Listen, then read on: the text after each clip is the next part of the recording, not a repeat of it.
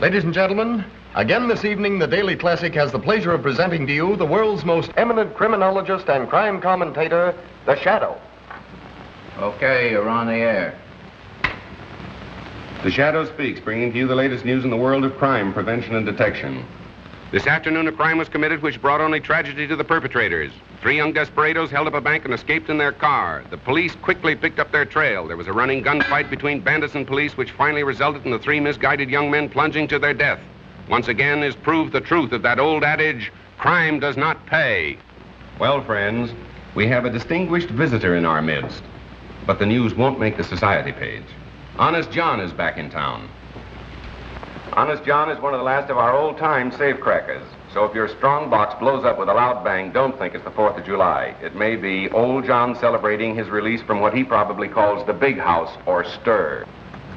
Let us hope that the Police Commissioner Weston, whom we hear never misses one of our broadcasts, will keep an eye on Honest John. Hi there, Commissioner. Memorandum to Detective Bureau. Check on Honest John. Yes, Commissioner. Ladies, here's a little incident which proves that silence is really golden. Last night, bandits entered George Ward's furniture store. Mrs. Ward was alone in the place. The good lady was so frightened she couldn't talk. At least, that's what the bandits... It's too bad something don't scare him so bad that he can't talk. There ought to be a law against guys like him shooting their mouth off within the city limits. But still, Mrs. Ward refused to say a word. At the point of a gun, they took from the cash register a $1 bill and 1 thin dime. The moment they'd gone, Mrs. Ward calmly removed a $100 bill from her mouth. Witnesses took the license number of the car, 3Y-41-37. I'll repeat that, 3Y-41-37. Did you make a note of that? Yes, sir, I did. Last night, young Michael Nolan took his pretty fiancée, Dorothy Walsh, for a drive along the scenic highway overlooking the city. With a bright lover's moon overhead, they stopped to enjoy the view and to romance. Today, police discovered their bodies in Nolan's car and are holding a transient named Miller for the murder. Well, you can't go in now, miss. The Shadow's on the air. Oh, but I'm Phoebe Lane. Sorry you couldn't get in there if you was Calamity Jane. But I'm working for the Shadow. Well, I'm the Shadow's shadow. Well, then just fade away, will you, please, lady? But I've got important news that must go on the air right away. I've got it all written down here. Look here. See? Last night in John Morgan's warehouse, not a creature was stirring, not even the watch. What I'm doing? This is my job. As robbers silently jimmied a window, they were greeted by cries of, "Get out, get out." They did. An hour later, when police stopped to investigate the window, the parrot was still screaming, "Get out, get out."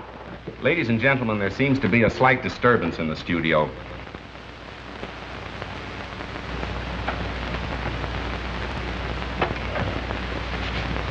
Ladies and gentlemen, a newsflash has just been handed to me. I can't guarantee its authenticity, but here it is. A big theater robbery is planned to take place downtown in half an hour. In fact, 9 o'clock.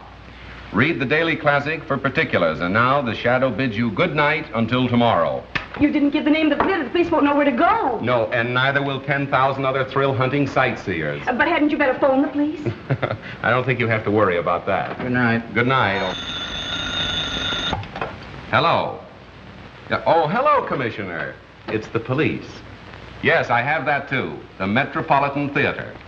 The Metropolitan Theater. See here, Cranston, if this turns out to be a phony tip, I have a good mind to sue you, if I can find the proper grounds. Why not breach a promise, Commissioner? Listen. Radio broadcasting. Hook me up for an emergency order to all cars. General Law 6-2. All radio cars concentrate in Sector 8. General Order 6-2. All radio cars concentrate in Sector 8. That is all. That's us again. Guess you'll have to get along without us, Frank. Well, I guess I can hold this down alone. Go on. Oh, by the way, Miss Lane, where did you get this tip? From a man. From a man? Well, who was it? Don't you know his name? No, but he had an honest face. Would you mind giving me some little hint about how you met this honest face? Well, there was an automobile accident. And suddenly I remembered I was a reporter for you. So I stopped and asked the people their names and addresses and things. And one man said, "I can't give you my name and address, but I can give you a big story." And he did. That's what I'm afraid of. He said the Metropolitan fitter will be robbed. What time? Goodness, I forgot to ask him that. And you had me put that choice morsel on the air. Well, he was so sincere, and he had such an honest face. Well, you better spend more time awake. How did she get in? Well, I tried to stop her, but she scratched it. Well, sir, did you hear that pipe dream I just had on the air? Yeah, where did you get it? A man told her. Told who? Phoebe Lane, the girl you wished on me, the honor student of college journalism. Say, will you get her out of my hair and put her back on the household page where she belongs? Not a chance, Cranston. She says she's all fed up with recipes and household hints. She wants to be a real reporter. Oh, I see. Romance and adventure stuff, huh? Well, Mr. Heath, is she running this newspaper or are you, sir? Cranston, as long as she happens to be the owner's niece, I'm afraid she can pick any seat she wants for a ride. Oh, it's one of those, is it? Well, there's no law against our making the joyride a little, shall we say, bumpy for her, is there? Not that I know of. Thank you, sir.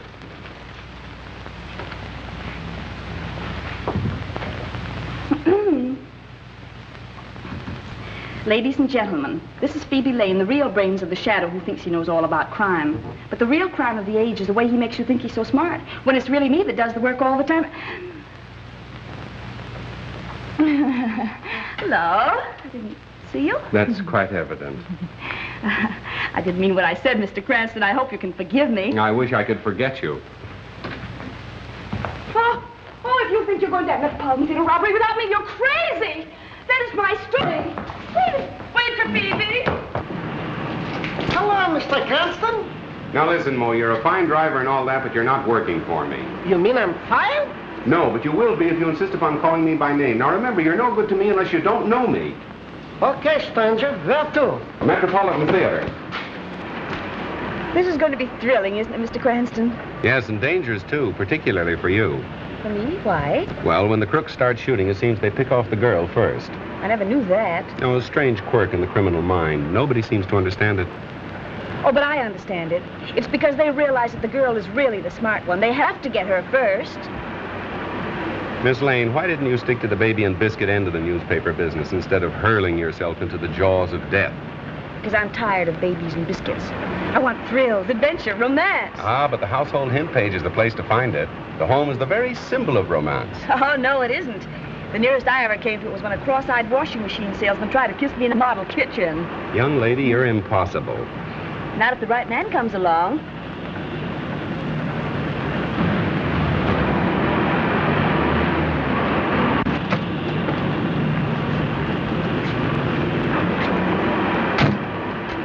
Hang around a while, Mo. Okay, stranger. Where are the police?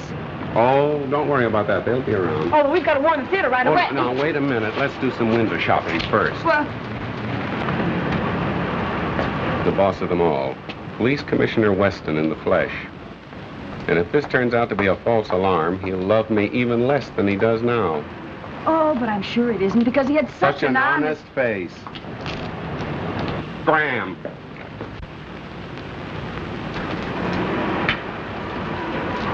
Hello, Commissioner. Say, what kind of a song and dance is this?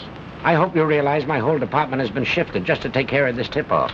Maybe you'd rather have the theater robbed than let them chalk up another black mark against your record. Now, see here. We got crime down to the lowest level it's been in years. But the way you advertise it, people will think a crime wave is on. You might have twice as much to deal with if I didn't advertise the crime doesn't pay. I'm helping you. Well, I'd like to try running the department without your help, just as an experiment. It's 9 o'clock. Well, well, well. How time flies.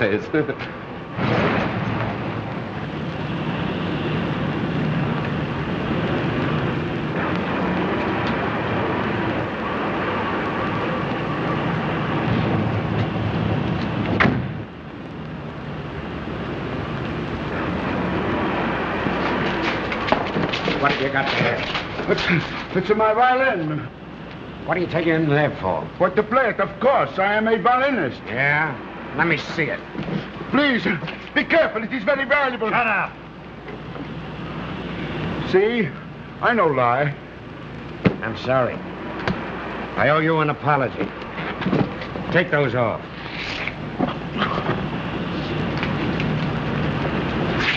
I ought to send you to jail for life for bringing me out on such a wild goose chase.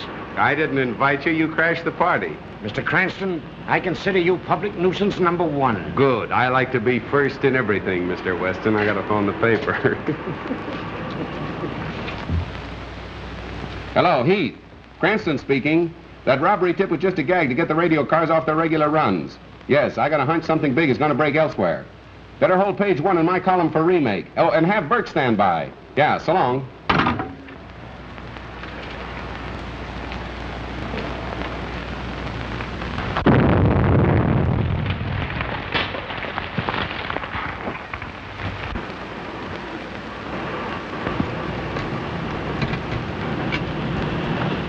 Give me the captain. McCabe reporting, sir. Explosion in 93 Madeira Drive. Yes, sir.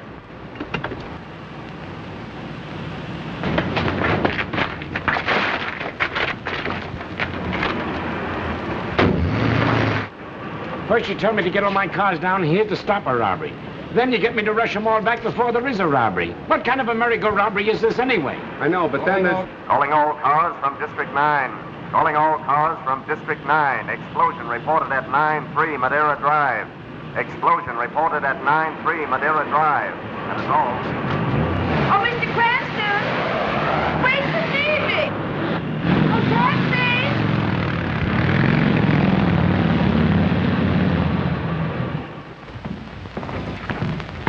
Mr. Cranston, kindly keep your fingerprints to yourself. Riley, take the door. Have you searched the house? Yes, there's no one else here. What, no servants? Servants have a day off every week. Or haven't you heard? Well, in a house of this size, there's always someone on duty. Well, I want any information from you, I'll ask for it. That's fine. I've got to phone the paper anyway. Frank, is there a phone still working? In there. Thanks.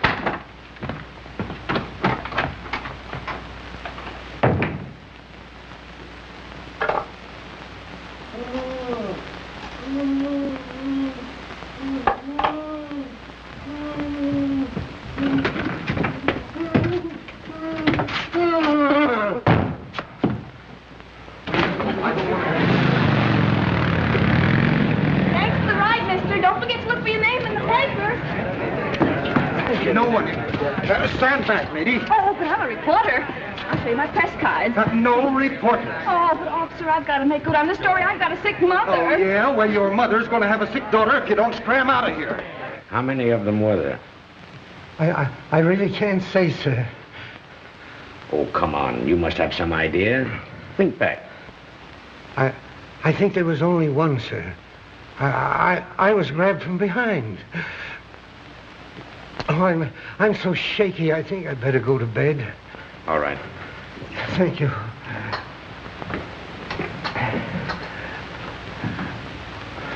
Stay with him, Tom. We're wasting time here. Get your men out and bring in the man who did this job. An old-time safe blower who just got into town. His name is, Honest John? Honest John. Bring him in and we'll charge him with robbery and homicide. The motive of the crime wasn't robbery. How can you look at that safe and say the motive wasn't robbery? Don't you know that man's watch and wallet are gone? If it wasn't robbery, what was it? Murder. If it was robbery, they'd have taken the bonds, wouldn't they? Marvelous powers of observation. Why do you use the word they, Mr. Cranston? Because one man couldn't have done all this between the departure of the radio car and the time of the explosion. As I recall, you gave the impression Honest John was a very fast workman. Right. And much too efficient to be guilty of a botched-up job like that. That blast wasn't set to blow a safe. It was calculated to kill whoever opened it. I say you're wrong. That's great. I'll see that your opinion is given its proper unimportance in my column tomorrow. There won't be any shadow column tomorrow. Oh, no? No, and for a long time to come. Inspector, kindly file this gentleman in one of our steel cabinets. Somewhere out in the stick. On what charge, Commissioner? Material witness. Thanks for being the first man on the scene of the crime. You certainly use your brain, Mr. Cranston. I wish I could say the same for you, sir. Oh, never mind those things. I don't go in for flashy jewelry.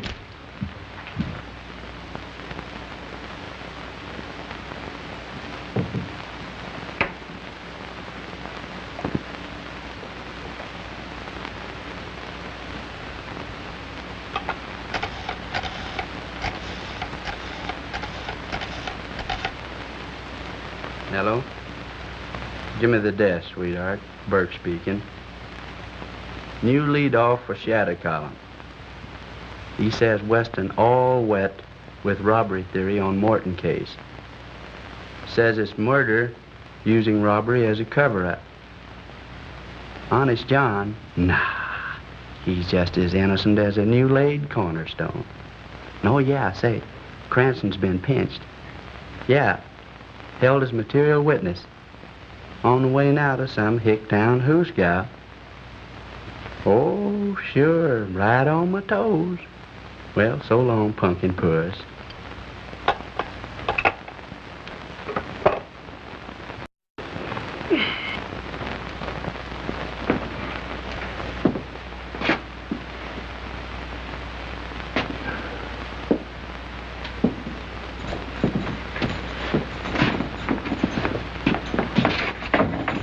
Take it easy, boys. I only want one of you for traffic court. You.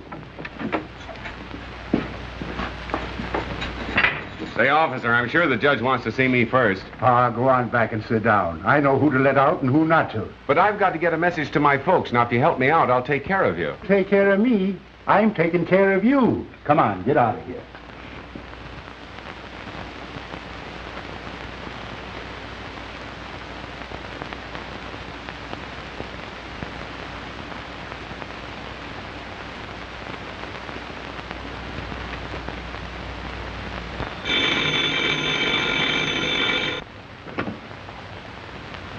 Hello, Heath.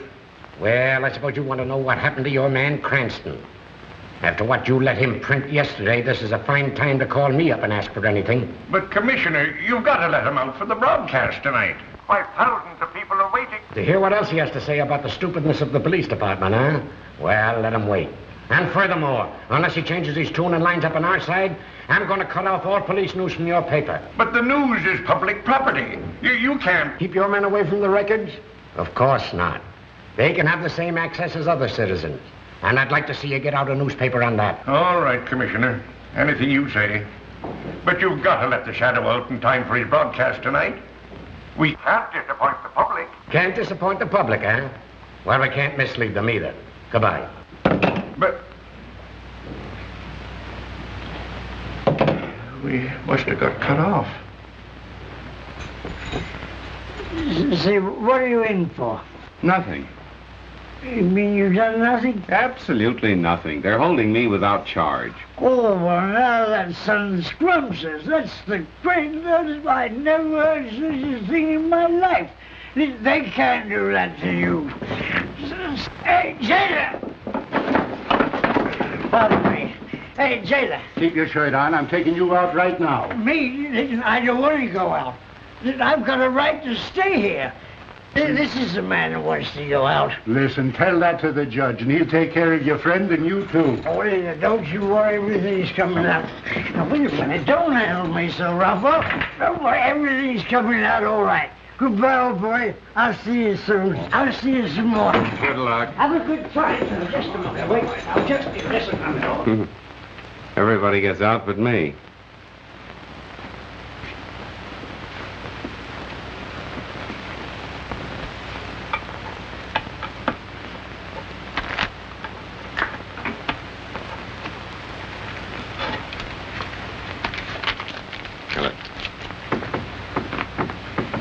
When you get out, make a phone call for me, will you? Sure, fella. I'll give you the number of the paper I'm working on. You call them. Come on, you. Yes, sir. I don't mean you, I mean you. Me? Yes, you. Yeah, your girlfriend's here with a habeas corpus, and that lets you out. Oh, good luck, pal.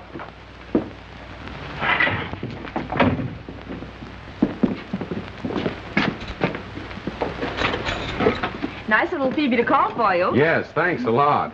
Don't thank me, thank Mo. How much was it this time, Mo? Is this a place to talk business? Don't worry, it'll be on your bill. There, too. The office. Okay, stranger. Cranston. Well, he must be here. Well, he goes on the air in a few minutes. Well, where is he? You looking for me, sir? With millions of people about to tune in on your broadcast in a few minutes, I should worry where you are. You don't think I'd miss an opportunity to pay my respects to Commissioner Weston, do you? Now, look here, Cranston. You've got to lay off Weston. I see. He's been sticking a knife in me with one hand and patting himself in the back with the other, and you fell for it. You're smart enough to report crime without deliberately antagonizing the entire police department. Well, I try to take care of myself.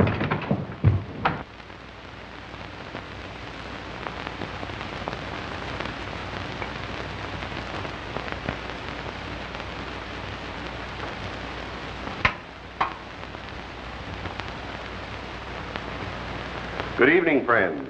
Yes, it's your old shadow man, and after languishing in one of Commissioner Weston's small-town jugs, the shadow is just a shadow of his former self.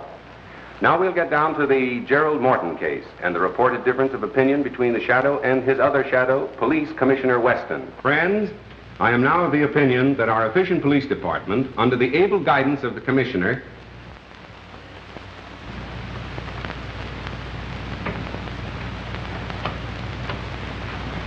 Ladies and gentlemen, an emergency has arisen in the studio, and we must pause briefly for station identification. Listening to station EMOR of the Daily Classic. Our program will continue in just a moment. Well, John, what can I do for you? So you're the guy that reminded the cops I was in town. But I spoke of you in a very complimentary way. I said you were tops in your profession.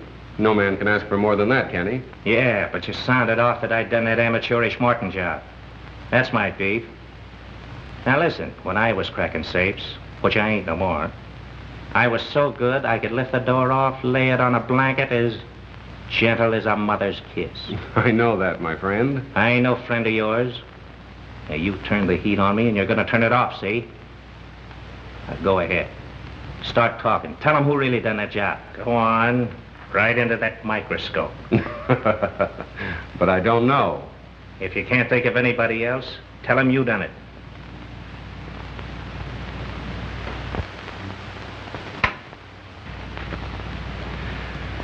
My friends, now that I have the situation in the studio absolutely under control, we can resume our discussion of the Morton murder mystery. Why was Gerald Morton murdered? He is said to have been a good man, a charitable and benevolent man, a man without enemies. But although Mr. Morton's character seemed almost too good to be true, other men, supposedly paragons of virtue, have met violent ends, and investigation has developed some extremely unsavory facts. If my own investigation should develop a hidden side of Mr. Morton's life, I shall tell you all about it tomorrow. Well, what about me? I can now inform the police commissioner that Honest John is absolutely innocent of the explosion which caused the death of Gerald Morton.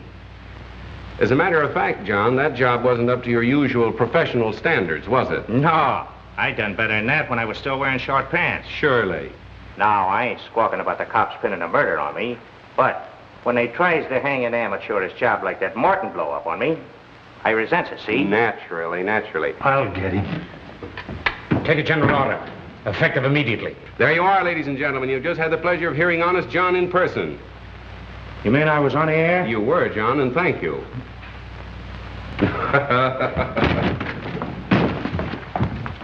You dumb ox, why don't you look where you're going? Ladies and gentlemen, for the past 24 hours, the entire police force of this city have been trying to locate Honest John. Yet the Shadow has had no difficulty in bringing him to you on this program this evening. For further details, please read the classic. This is the Shadow saying goodbye until the same time tomorrow.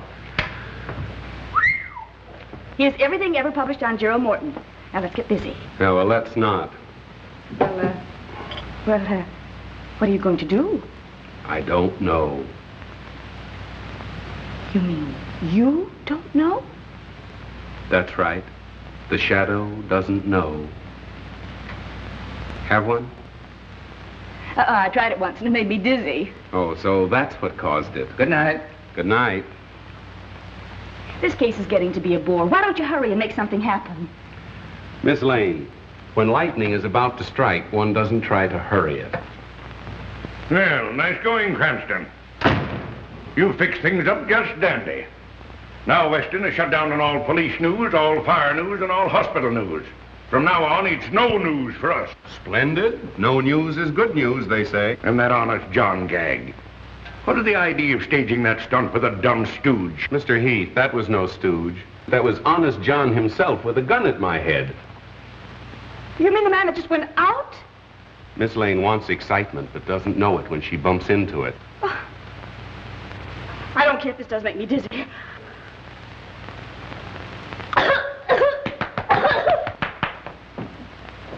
Oh, hello, Matt. How are you? Well, where is he? You mean Honest John, I suppose? Yeah. I do believe, as he'd say himself, that he's taken it on the lam. Why didn't you hold him? Well, why should I? I'm not the police commissioner. Then quit acting like a chump. You know, I think he's got something there. Phoebe, thank you.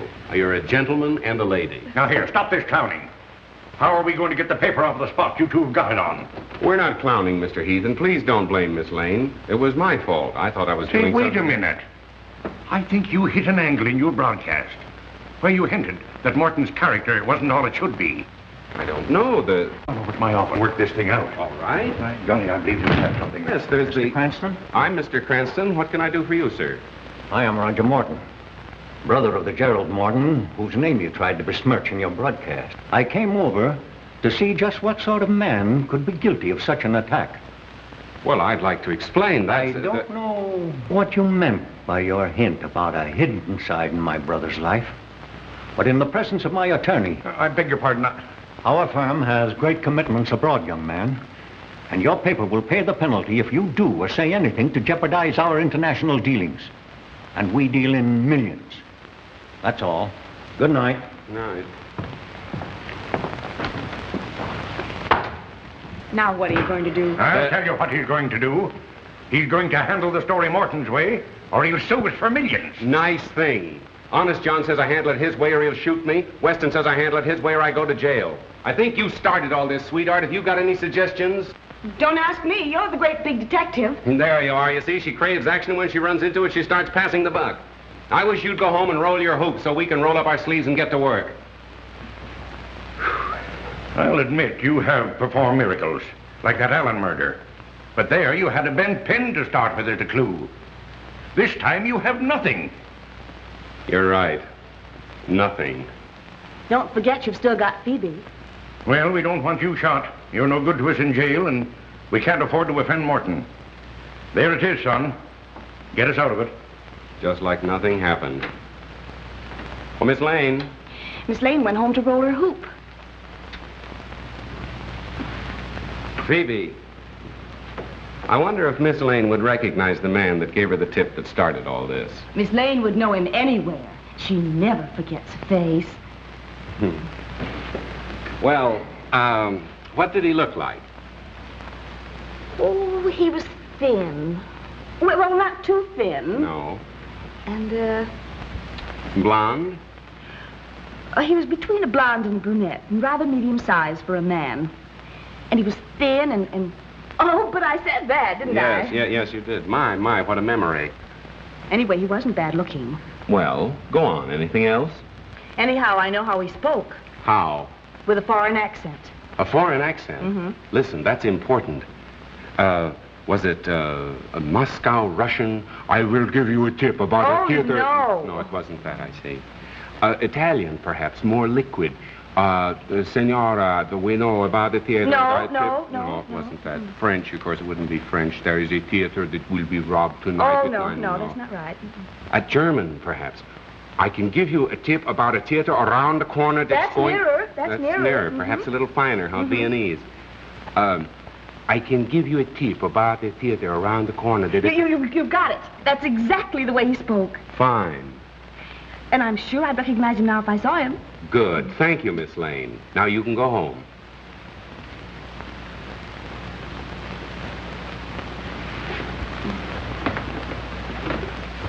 Oh, wait a minute. Let me finish before you go away mad.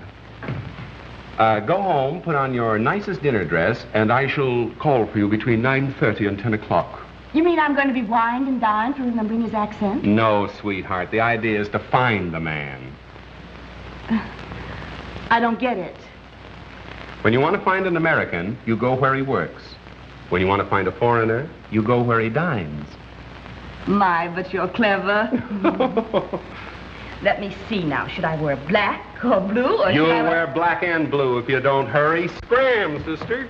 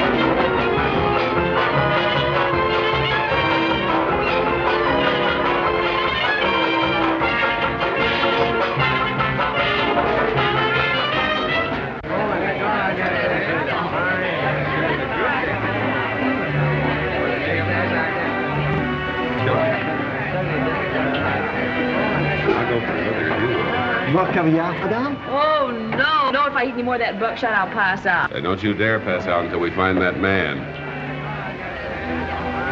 Buckshot? Oh, 1:30. I've looked at so many men that they all look so tired. I thought you wanted to be a reporter. Now listen, you stick around until we find the man, then you can go home. Go home the very minute the fun begins? No, me, I'm not going to do all the hunting and then miss the shooting. Oh, now be reasonable, will you, Phoebe? You're the boss niece. I can't let anything happen to you. Why did I have to be born a relative? Why couldn't I have been born an orphan or something?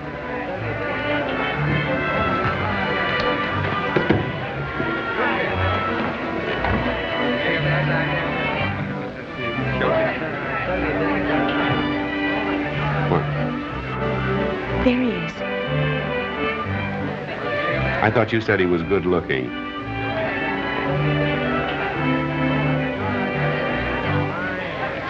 Are you sure that's the man? I'm positive. I'm sorry, sweetheart. You'll have to scram.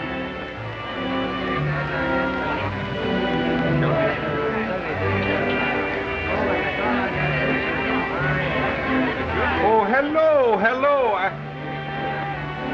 Oh, I am sorry. I have made a mistake. You are not my old friend, Captain Litzman, as I thought. My mistake was a natural one. You know, I have not seen Litzman since we flew together in the war. I see you are an ace also. May I know the name? Mine is Stolsky, Baron Stolsky. I'm called Flotow, and this is my friend Starkov. How do you do? I was told when I arrived in America recently that I could meet and make friends with many people of my own class. I am glad that is so. Waiter, gentlemen, what will we drink?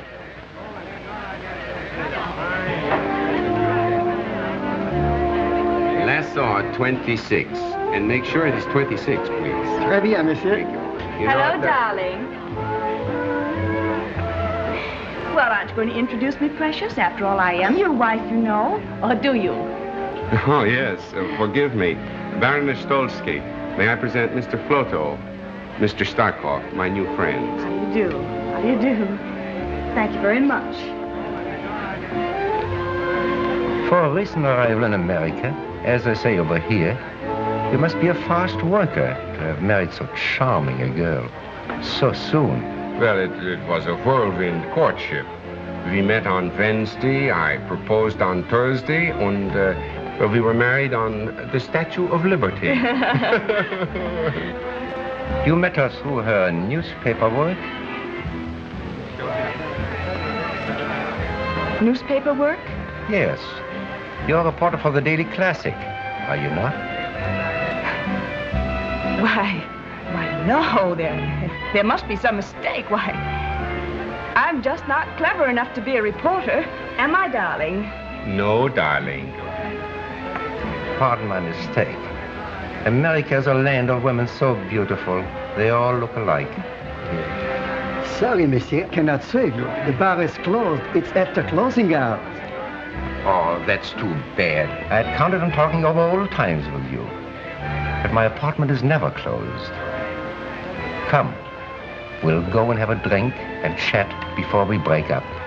I'm afraid we cannot join you. You know, the Baroness never keeps late hours. Oh, but one evening won't matter, darling. We'd be delighted to go. Come on, dear.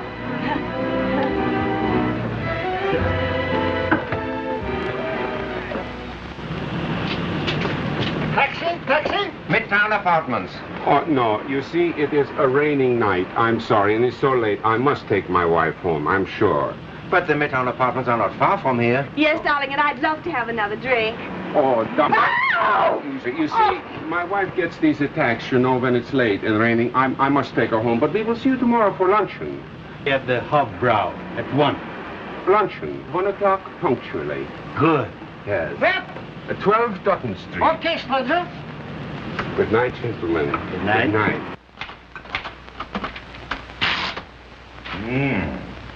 You ought to let this coffee write your column.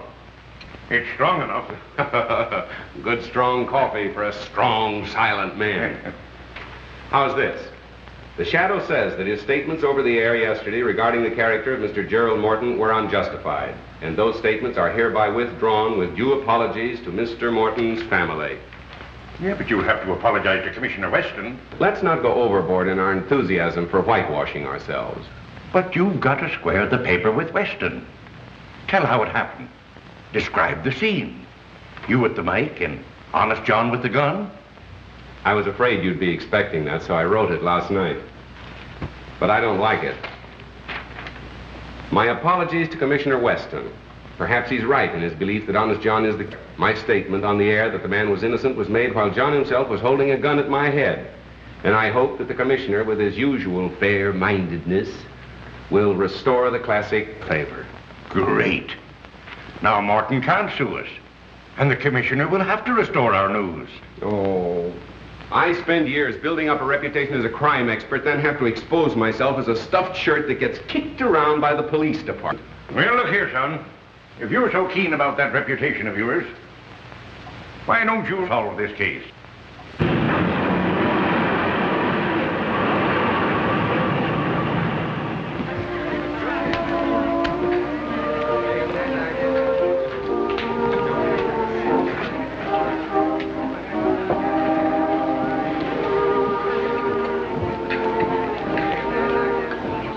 Well, did you check? Who is he? The Shadow, the criminologist. He's not to be taken lightly. Neither were the best detectives of Paris, London, New York. Yet, here we are. An amateur. Well, Mr. Cranston, how are you feeling this morning? Now listen, Mo, for the last time. If you ever call me by name again or recognize me or even speak to me before you're spoken to... I'm fired. That's right. Okay, stranger.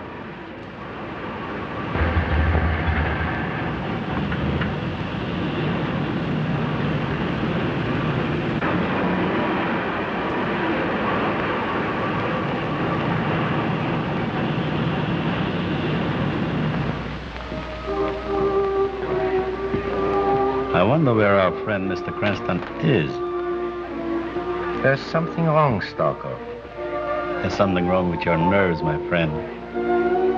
We are not going to leave here with our work half finished. Yes, yes. I know how much there's at stake. That's why I'm so uneasy.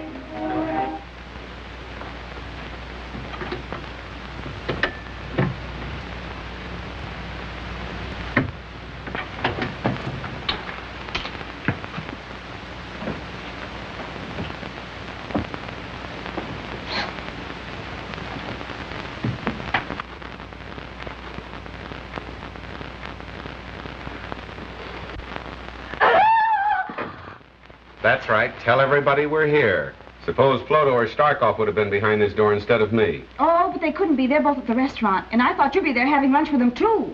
Oh, and this would be a good time to do a little detecting. Uh-huh. Well, for once you had a good idea. Well, come on, let's get busy and look for the clue. So you've got a clue, have you? Why, yes, the watch and the wallet that were missing from the man's body. And where do you suggest we look for them? Well, my mother always used to hide things under the mattress, and... Oh, if we could only find a teapot, I'm sure it would be in there. Well, then all we have to do is find a teapot. Uh-huh, come on, let's get started. Telephone, Mr. Flotow. Hello. We have waited long enough, Rudolph.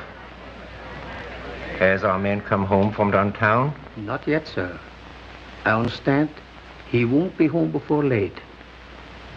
He's to meet our countrymen here for a final conference tonight. We must know his plans. Keep in touch with us at the apartment. Be there in a few... Waiter. Yes, sir. Check. I think we should definitely stay here and find that watch and wallet. Now, my woman's intuition...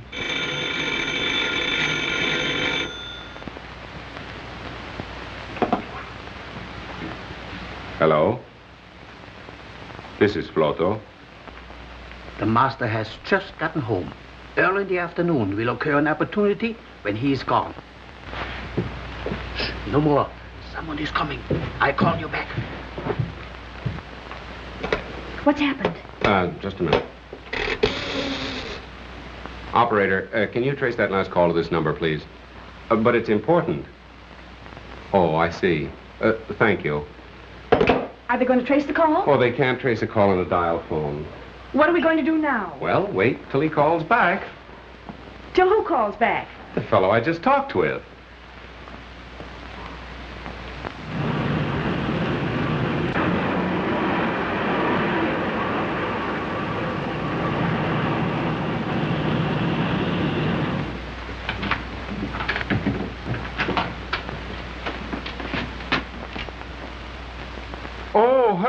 Hello.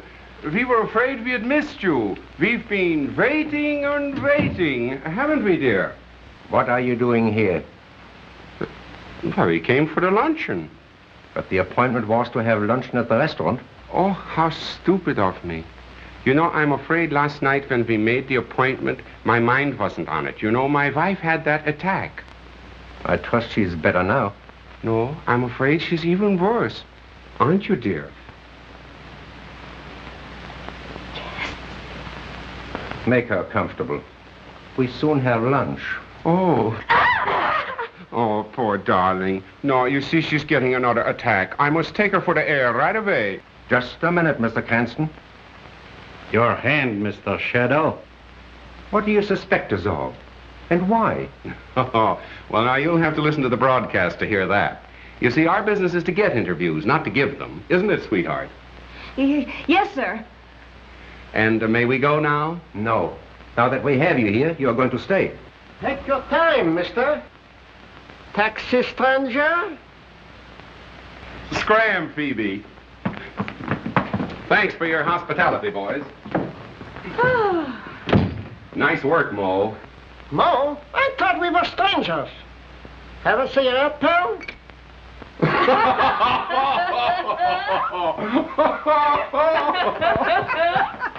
The police. What makes you think so?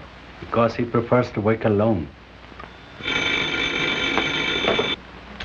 Hello. What's that? That wasn't I. We were not at home then. That was Cranston. Repeat what you told him. It's Rudolph. He told Cranston his master would be at home this afternoon, and that an opportunity might occur to strike. That's indefinite. But incriminating. You must act at once, today. Tomorrow may be too late. Naturally, my woman's intuition told me that we should get out of there, but I was afraid to tell you because I thought you'd laugh at me. Well, thank goodness it's all over. There's nothing to worry about now. You take your woman's intuition and go to luncheon. Oh, trying to get rid of me. Well, I'm not going to go. I'm not going to miss any more fun. Well, I've got some work to do. Now, you run along, please.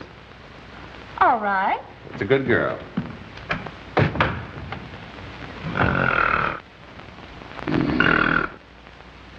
Bert! Bert! Bert! Bert! Come on, get up and get going. Where to? Go to the Midtown Apartments, stake out, watch for two foreigners in a closed car. Phone me as soon as they leave. Okay. And hurry for a change. Okay, Chief. Hello? Oh, yes, Mr. Heath. No, still as much in the dark as ever. Well, those fellas are rather clever. As a matter of fact, they're planning another deal right now. Well, if I knew that, I wouldn't be hanging around here Pardon me. Come in. Oh, hello, Barrow. Sit down. Be right with you. Yes, Heath. No, thanks. I don't need you. What I need is a clairvoyant. Right. So long. I have that Morton information for you. Good. I understand that Gerald Morton's firm was interested in some very big international deals. Was that right? Yes, they still are. I made these notations for you. Their recent underwritings include 10 million Argentine Fords, 28 million Danish refunding 2.5s. And I understand they'll soon issue several new European debentures. Well, what about them? That might be a good investment for me. Certainly. However, these new bonds that Morton & Morton are about to offer seem to me to be highly speculative. But if the 50 million is spent to build up the army as intended, the exiled aristocrats will never succeed with their threatened revolution. Good. That's what I wanted to find out. Oh, pardon me. Miss Lane, do you know Mr. Barrows, our financial editor? How do you do? How do you do? What's this all about? At a time like this, you're talking about investments. I'll be with you in a minute. Editorial. Editorial. Cranston speaking. Whole shadow column for remake. Right. I brought you some lunch. I was in such a hurry I dropped your bottle of beer, but we can share mine. A good assistant would never let her boss go hungry. Oh, thank you, Miss Lane. And now will you phone the commissioner and tell him I'll call him back later? What's his number? You'll find it in the book.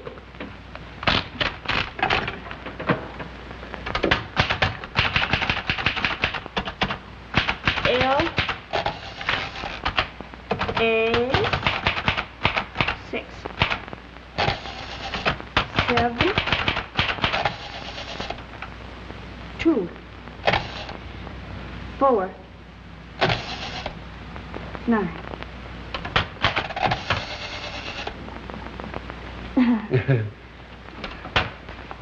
There you are, Commissioner. First edition on the streets now, with a full explanation apology by the Shadow.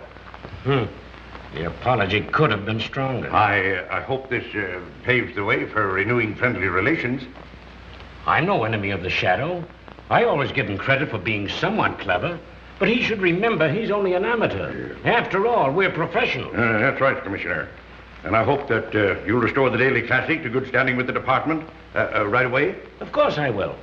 Take a general order. Cigar, Commissioner? No, thanks. Wait till you get a load of this, Phoebe.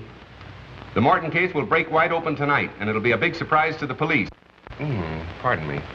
Under the misguidance of Commissioner Weston, the department has wasted 24 hours searching for the wrong man, with the right men under their noses all the time. But won't that make the commissioner furious? Pardon me. You would get hard-boiled eggs. And although the murderers have completely baffled the police by their shrewdness and daring, pardon me, the Shadow knows who they are and why they killed Gerald Morton. But how do you know that? We didn't find a single clue and just a motive. Ah, yes, we did. And you'll know when it happens. You're intelligent. You sparkle. I don't know what I'd have done without you on this case, but we've got to keep going. Here, rush this down for the night edition. Yes, sir. Pardon me.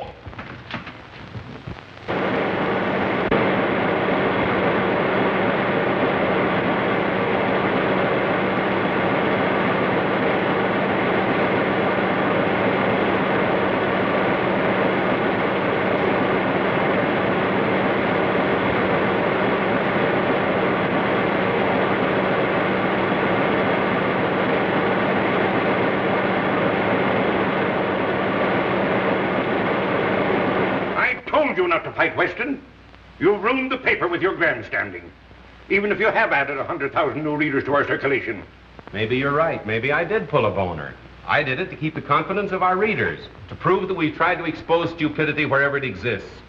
For years, we've been trying to educate them and their children to obey the law. Now, maybe you're willing to undo all the good we've done, but I'm not, Mr. Heath. Well, neither am I. But I've got the paper to think of. Suppose you're wrong in this case. Why, they'll laugh you out of town. What if you don't solve this murder this afternoon?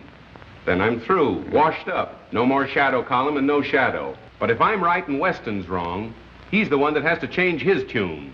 He'll have to work hand in hand with me, and between the two of us, there'll be so little crime in this city, it'll be a crime. That's the spirit. Now you're talking. Yes, sir. I makes 4 straight passes right in a row. Then I picks up them dice again, breathes on them, and I said, come on, baby, Papa needs the dough. And right there's where the cop comes along. Oh, man.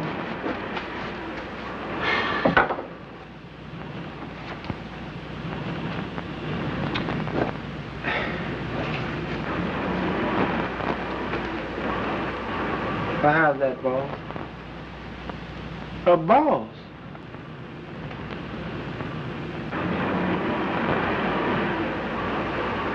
Shine 'em again, will you, boy? Again? I done shot him 3 times.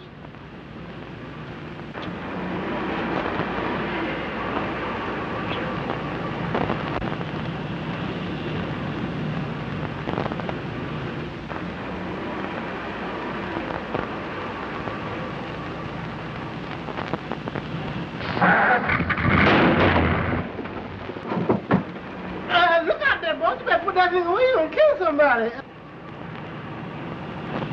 A boss, must shine, money.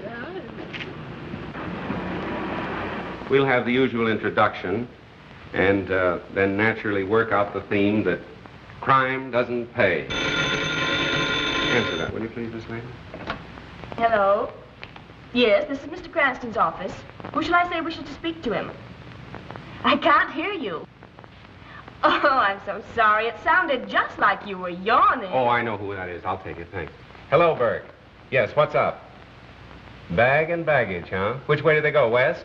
Never mind how I knew. Yeah, so long. I've got to run. Now, if you want to help me, you'll stay here and finish those notes. Well, you're just trying to get rid of me. No, not at all, really. If whether or not I go on the air tonight as advertised depends absolutely upon you. Now, you wouldn't let me down, would you, pal? You bet I won't, pal. All right, so long. Hello, Splendor. Hello, 896 Clover Road, and hurry. Okay, Mr. Cranston. Mo, you're fired. I've warned you a dozen times. Yeah, and I warned you once. Get in. You two, in the first break you make, you're driving a dead passenger. I know I did you wrong, John, but I'll square it later. I'm in a hurry now. Let's talk it over some other time. There ain't gonna be any other time for you, buddy. You can't laugh this off. My apologies to Commissioner Weston. I'm now convinced that he's right in his belief that Honest John is the killer. Oh, that's only the first edition. I had to red apple the commissioner. Wait till you read the final edition. This is the final edition for you, buddy. Just a minute. Another move like that, and I'm gonna let you have it right here. I was only reaching for a cigarette. You got a cigarette, driver? I got you covered now, pal. Well, suppose you left the pen, and you want to go straight. You come to town looking for an honest job. What do you get? A bum murder rap hung on you. Do you really want to go straight, John? On my word of honor. Have a cigarette. Well, now go ahead and plug me. Anybody dumb enough to fall for that one's got it coming.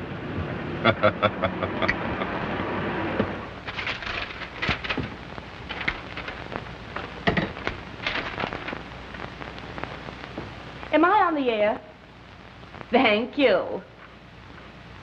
Ladies and gentlemen, this is Miss Phoebe Lane, the Shadow.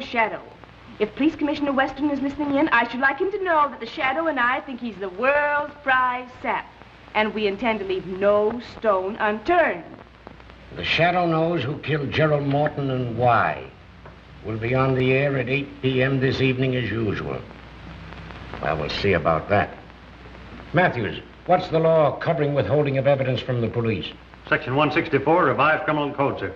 Get out a warrant for Cranston and pick him up at once. Yes, sir. And now, ladies and gentlemen, I'll give you my own story of how I helped the Shadow to solve the Gerald Morton murder mystery. In the first place, Commissioner Weston and his very dumb stooge, Detective Inspector Matthews, were off on a false scent, as usual, and... Keep right on, sister. You were going great. Oh, I'm so sorry. You frightened me so I didn't know what I was saying, and I never know what I'm saying when I'm frightened. Do you want to see Mr. Cranston? Yeah, just to say hello. You're not going to arrest him again. Oh, no. Cranston and I are old personal friends. Oh, then I can tell you where he is. He's out in the Morton case. Ah, Morton. Thank you. Be sure to thank Mr. Cranston for me. Well, thank you, Mr. Matthews. I certainly will. And I'm sure he'll thank you. Mm-hmm. Goodbye. Bye.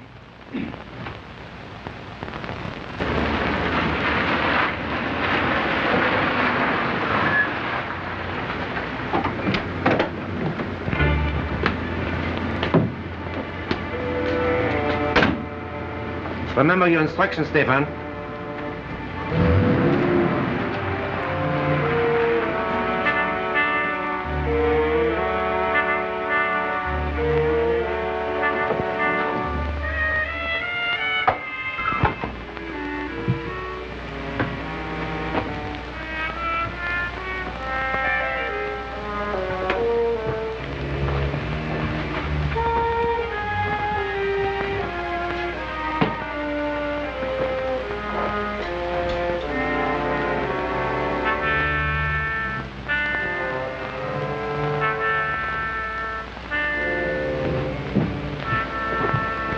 Sorry if I kept you waiting, gentlemen. Our appointment wasn't until later. We are not the men you are expecting, but we are here regarding the same matter. Won't you sit down?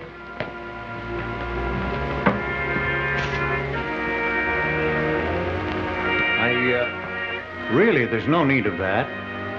The business is out of the confidential stage, and the deal is about to be concluded. The deal will never be concluded.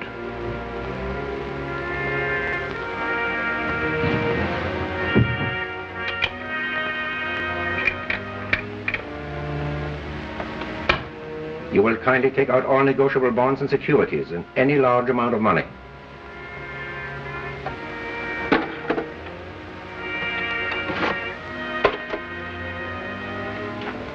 This is all I have of value here.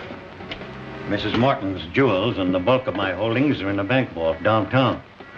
And if you want to... This is not a robbery, Mr. Morton. This is a matter of international diplomacy. These bonds represent much money, do they not? $100,000 or more. I don't see what ends you can gain by killing me. Let us review the history of the loan you were about to make tonight. 3 years ago, a French banker was about to lend that money. He died in an auto accident. The loan was next negotiated with an English financier who was very much devoted to his wife, Mr. Morton. He committed suicide. So you see, we have many ways of taking care of those who oppose us. But say you did kill me. There are other banking houses. You can't prevent them all from dealing with your country. We intend that the death of both partners and Morton shall throw this bond issue into such litigation as will hold it in the courts indefinitely. Unfortunately, you were not with your brother at the time of the accident we planned for both of you. So now you will do as I suggest. Or, if you're stubborn, we'll wait for Mrs. Morton.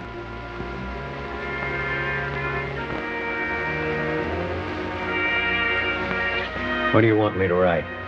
The death of your brother will make necessary that you account to his estate for your interest in the firm, will it not? Of course. Good. We take these. Your accounts are 100,000 short. You are faced with exposure as a faithless partner, as a thief of your brother's money. You understand? Now you know what to write, Mr. Morton.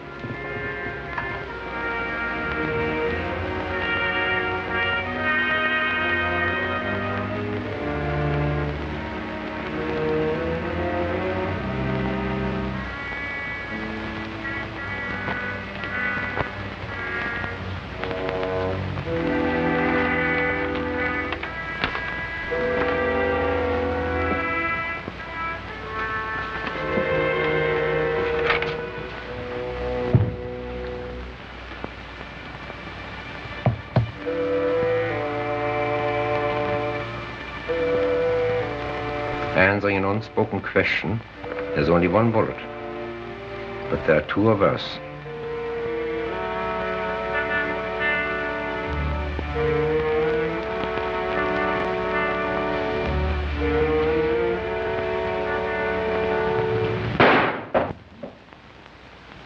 Good shot, John. Are you surprised to see me? You won't need this now, Mr. Morton. Oh, Flotow, I thought you were clever. Even a small-town constable could spot that concealed weapon. You better let me take care of that, Mr. Morton. Watch him, John.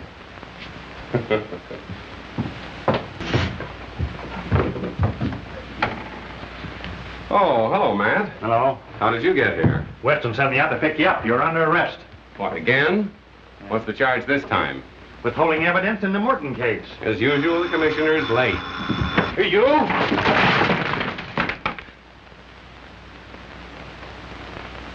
If it's my last act on Earth, I'll put you in jail for life. Okay, you're on the air. The Shadow speaks, announcing that the Morton case has at last been solved and the murderers are now in the custody of our able police. This has been one of the most baffling cases in the Shadow's experience, a case without a clue. Murderers too clever to be caught by ordinary methods, and had it not been for the able cooperation of the police department, the case would still be unsolved. I have already handed Commissioner Weston a bouquet today. But now I wish to do so publicly, and to compliment him for his shrewdness in causing the killer to think he and his men were following a false clue. As a result, the murderer and his accomplices were later taken in the act of attempting the life of Mr. Roger Morton. For the complete story, read the Daily Classic. And now, my friends, I'm going to ask Miss Lane, the lovely young lady who assisted in the solution of this crime, to tell her own story. Ladies and gentlemen, I give you Miss Phoebe Lane.